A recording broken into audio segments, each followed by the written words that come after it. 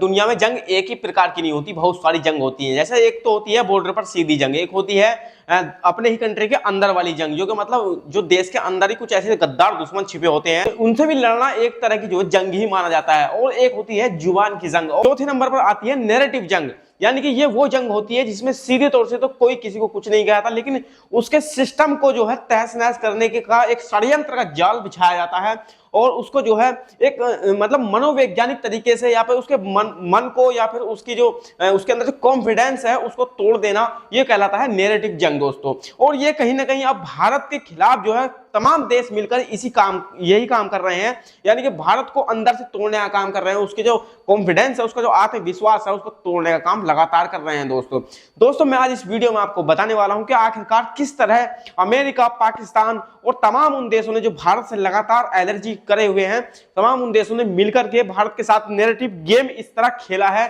कि उसका जो है असर अब सीधे तौर पर दिखाई दिया है दोस्तों। भारत वो देश था जो कि मतलब डिफेंस सेक्टर में या फिर यूं कहें कि डिफेंस को बेचने में 10वें नंबर पर आने लगा था, यानी इस तरह फाइटर जेट्स, मिसाइलें या फिर तमाम जंग के जो मतलब हर देश यूज करता है अपनी सुरक्षा के लिए, तमाम वो चीजें भारत लगातार जो है मैन्युफैक्चरिंग कर रहा है इंडिया के अंदर और तमाम देशों को वो बेच रहा है, टॉप 10 लिस्ट में बना हुआ था। लेकिन हाल ही में जो है नैरेटिव वार के चलते दोस्तों इस कदर जो है भारत को तोड़ा जा रहा है, अभी जो है एक बहुत बड़ी डील कैंसिल हो गई है इसी को लेकर के दोस्तों। मैं आपको दिखाता हूं, देखिए दोस्तों यहां पर आप देख पा रहे होंगे भारत और पाकिस्तान के पास में यूं तो बहुत तरह के फाइटर जेट्स हैं। इस तरह से आप पीछे देख सकते हैं, यहाँ पर पाकिस्तान के पास J-10, J-16, J-17 और मिराज 5 और मिराज 3 इस तरह के जो फाइटर जेट्स हैं वो पाकिस्तान के पास हैं।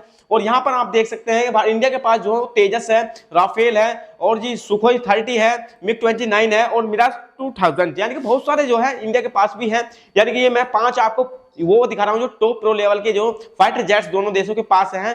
लेकिन यूं तो भारत के पास लगभग 15-20 प्रकार के अलग अलग तरह के जो है फाइटर जेट्स मौजूद हैं, अवेलेबल हैं। ये तस्वीरें क्यों दिखा रहा हूं, क्योंकि सीधा जो अर्थ जो निकल कर आता है, जो इस नैरेटिव वॉर में भारत को जो तोड़ने का काम किया गया है, मैं यहीं से आपको दोस्तों दिखाने वाला हूं। देखिए दोस्तों आप पीछे यहाँ तस्वीरों में देख पा रहे हैं, ये हमारे भारत का जो है तेजस विमान है और इधर आप देख पा रहे हैं ये जो है JF-17 हंटर विमान है, जो हम सभी जानते हैं कि भारत ने पाकिस्तान को किस तरह डिस्ट्रॉय किया था, कितना नुकसान पहुंचाया था, किस तरह से हमने उसके तमाम एयरबेस जो है तबाह कर दिए थे।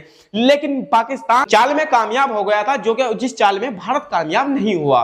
क्योंकि दोस्तों सबसे बड़ी बात, जिस वक्त ऑपरेशन सिंदूर हुआ था उस वक्त जो यानी कि ऑपरेशन सिंदूर पर विराम लगा था, तो उसका जो क्रेडिट था वो कहीं ना कहीं डोनाल्ड ट्रंप लेना चाहते थे। उन्होंने अगर कहा देखो साहब मैंने इन दोनों कंट्रियों के बीच जो है विराम करवा दिया, यानी कि युद्ध विराम करवा दिया है। लेकिन भारत ने साफ साफ इनकार किया था इस बात से कि नहीं आपने ये नहीं कराया है। इसी बात से ट्रंप साहब खिसिया गए थे और उन्होंने जो है तमाम तरह की जो है टैरिफ वॉर या फिर डील कैंसिल, अभी हाल ही में आपने पीछे देखा होगा दोस्तों, जो भारत के साथ में एक बहुत बड़ी डील थी अमेरिका की, वो उन्होंने कैंसिल कर दी, वो मैं आगे बता दूंगा वीडियो में।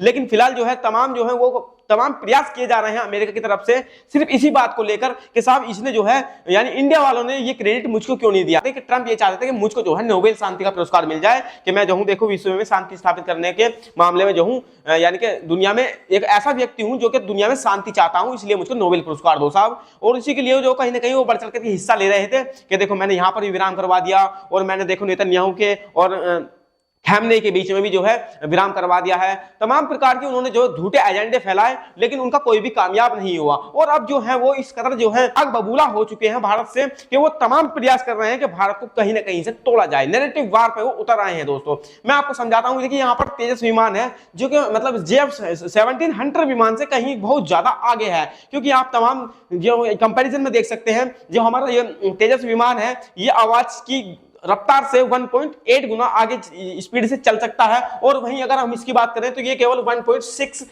गुना जो है तेज चल सकता है आवाज की स्पीड से। दुबई के अंदर एक एयर शो चल रहा था, वहां पर हमारा तेजस जो है वो क्रैश हो गया था। उसमें भी कहीं ना कहीं सोर्स कोड का सिस्टम हमने आपको एक वीडियो में बताया था कि कहीं ना कहीं इसमें जो इंजन लगा हुआ था उसमें जो है कहीं ना कहीं अमेरिका का हाथ था। वो साफ साफ हाथ इसलिए था क्योंकि इसमें जब इंजन होता है दोस्तों तो वो जो अलग कंपनी का था, वो जो अमेरिका का था। और अमेरिका जो क्यों नहीं कर सकता कि एक चलते हुए प्लेन में जो है इंजन को बंद करा सके, क्योंकि इंजन में क्या होता है, इंजन ये कोई छोटे मोटे इंजन नहीं होते, ये टेक्नोलॉजी से लेस इंजन होते हैं।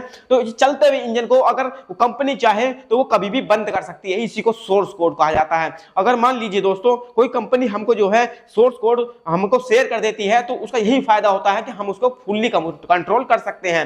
लेकिन सोर्स कोड का ना मिलना ये कहीं ना कहीं बहुत बड़े खतरे की घंटी होता है दोस्तों, क्योंकि अगर सोर्स कोड वो जो मतलब जिस कंपनी ने ये विमान बनाया है या फिर इसका जो इंजन है वो इंजन इंडिया का नहीं है, इंजन नहीं है अमेरिका से आया है। अगर अमेरिका जब भी चाहे उस इंजन को बंद कर सकता है। और इसी चीज का बदला लेने के लिए जिस वक्त हमारा दुबई के अंदर तेजस विमान एयर शो के दौरान उड़ान भर रहा था और वहीं जो है आपने वीडियो में भी शायद कहीं ना कहीं देखा होगा, वो विमान एकदम से बंद हो जाता है और क्रैश हो जाता है और ये सीधा इशारा करता है सोर्स कोड की तरफ। और इसी को लेकर के जो है अब तमाम डील कैंसिल हुई है। अभी पीछे जो इंडोनेशिया से और फिलीपीन से तमाम डीलें जो है इसकी तेजस की कैंसिल हो चुकी है कि साहब ये जो है अच्छा प्रदर्शन नहीं कर रहा है। इसी तरह की जो तमाम बातें फिलहाल निकल के आ रही हैं और कंपैरिजन में जो पाकिस्तान लगातार धड़ल्ले से अब जो JF-17 को बेच पा रहा है दोस्तों। देखिए नैरेटिव वार का यही हिस्सा है दोस्तों, क्योंकि किसी भी चीज की बुराई इतनी ज्यादा कर दो ताकि लोगों का विश्वास उससे उड़ जाए, इसी को ही नैरेटिव वॉर कहते हैं। यहाँ पर आप तमाम ये इस फोटो में आप पीछे देख पा रहे हैं, तमाम कंपैरिजन में भी आप देख सकते हैं,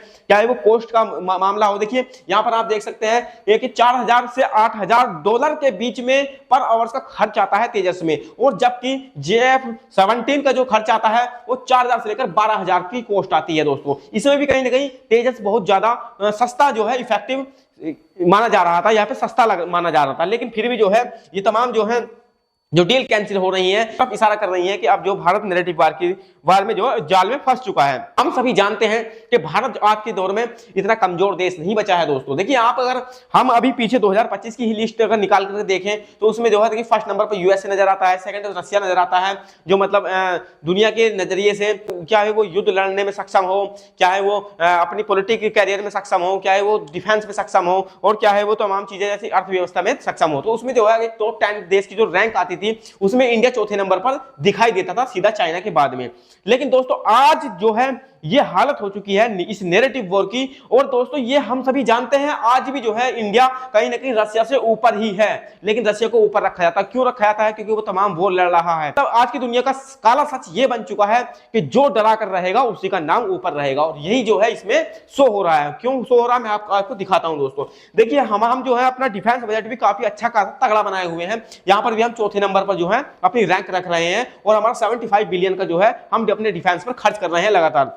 लेकिन मैं आज आपको लेकर ऐसी चीज दिखाऊंगा जो कि मैं आपको लाइव दिखाने वाला हूं इस नैरेटिव जाल में अमेरिका ने हमको किस कदर फांस लिया है। देखिए दोस्तों यहां पर बिल्कुल कुछ भी मैं आपको वो नहीं दिखाऊंगा। देखिए ये सब कुछ ऑनलाइन है, यहां पर आप देख पा रहे हैं, ये हमारा पैनल है पीछे आप देख पा रहे हैं। और अब मैं सीधे क्या करूंगा, क्रोम खोल रहा हूं दोस्तों। देखिए यहां पर आप देख सकते हैं 8:29 हो चुके हैं और यहां पर सब कुछ ही लाइव चल रहा है। और मैंने यहां पर देखिए सर्च किया है टॉप 10 ताकतवर कंट्री इन द वर्ल्ड, और मैं यहां पर इसको सर्च करता हूं आपके सामने दोस्तों। देखिए दोस्तों यहाँ पर जो है मैंने यहाँ पर इसको दिखाया है अभी आपके सामने, इसको मैंने सर्च किया है और सर्चिंग में सबसे फर्स्ट नंबर पर आता है यहाँ पर यूनाइटेड स्टेट यानी कि अमेरिका। और देखिए सेकंड नंबर पर आ रहा है चाइना, और थर्ड में रशिया को रखा गया है, और चौथे स्थान पर जो है यूनाइटेड किंगडम को रखा गया है, पांचवें स्थान पर जर्मनी को रखा गया है, छठे स्थान पर फ्रांस को रखा गया है, सातवें पर जापान को रखा गया है, और वहीं 8वें स्थान पर साउथ कोरिया को रखा गया है, 9वें स्थान पर सऊदी अरब को रखा गया है, और 10वें नंबर पर इजराइल को रखा गया है। यहां पर दोस्तों इस चीज की हद हो जाती है कि इंडिया वो देश जो कि यूनाइटेड स्टेट यानी कि अमेरिका और चाइना के बाद इन सभी देशों में हर चीज में पावरफुल हो, और तो भी उसको जो है टॉप 10 की लिस्ट से बाहर निकाल दिया गया हो।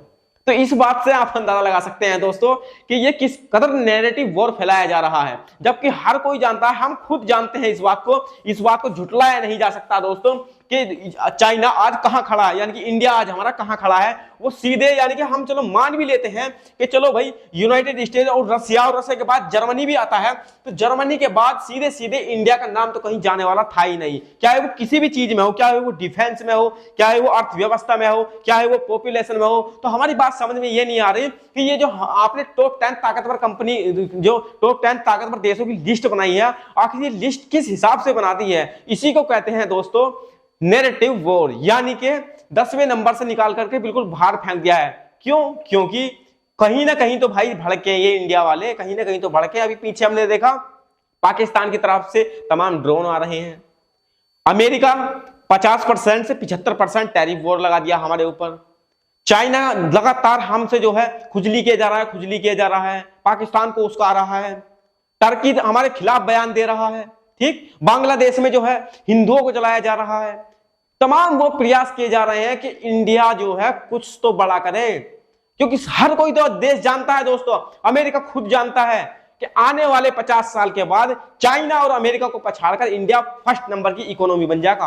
और भी ये नहीं चाहता दोस्तों, क्योंकि वो क्या करता है, वो देखता है कि वो आने वाले 50 साल की भविष्यवाणी कर लेता है, कौन, अमेरिका। और वो देखता है कि इसको जो है अगर अभी दबा दिया गया, वॉर जो होती है ना दोस्तों, जो युद्ध होता है, ये छोटी मोटी चीज नहीं होती। अगर आज जो है भारत, हमारा जो इंडिया है, अगर आज वो पाकिस्तान से ही किसी बड़े युद्ध में उलझ जाए या चाइना से उलझ जाए, किसी भी चीज में उलझ जाए, तो वो जो है कम से कम 50 साल पीछे चला जाएगा, हाथों हाथ पीछे चला जाएगा। और यही चाहता है अमेरिका कि भारत कहीं ना कहीं तो किसी चीज में उलझे, कहीं तो जवाब दे खुलकर। और यही चीज जो है हमारी जो डिप्लोमेसी, जो गवर्नमेंट है, हमारी जो डिप्लोमेसी, जो डायलॉग वाला जो सिस्टम चल रहा है, ये बहुत बढ़िया चल रहा है। ये हमको अभी नहीं दिखाई देगा, अभी फिलहाल तो हम सोच रहे हैं कि यार भारत चुप क्यों बैठा है, इन्हें क्यों नहीं जवाब देता, ठीक। आपने एक कहावत सुनी होगी कि नंगे से अगर लड़ना पड़ेगा तो उसके लिए नंगा होना पड़ेगा। और भारत ये हरगिज नहीं चाहता, क्योंकि भारत पाकिस्तान और बांग्लादेश इन छोटे छोटे देशों की औकात जानता है।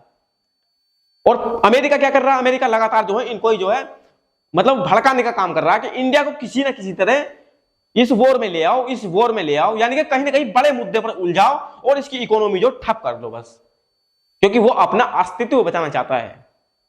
अमेरिका डरता है इंडिया से, क्योंकि अमेरिका को पता है कि 50 साल के बाद यही इंडिया, आने वाले 50 साल के बाद यही इंडिया जो है मुझको ये कहने वाला कि हट भाई साइड हो, पीछे हट पीछे, क्यों, अब मेरा नंबर आ चुका है यहां। और यही चीज वो देखना नहीं चाहता।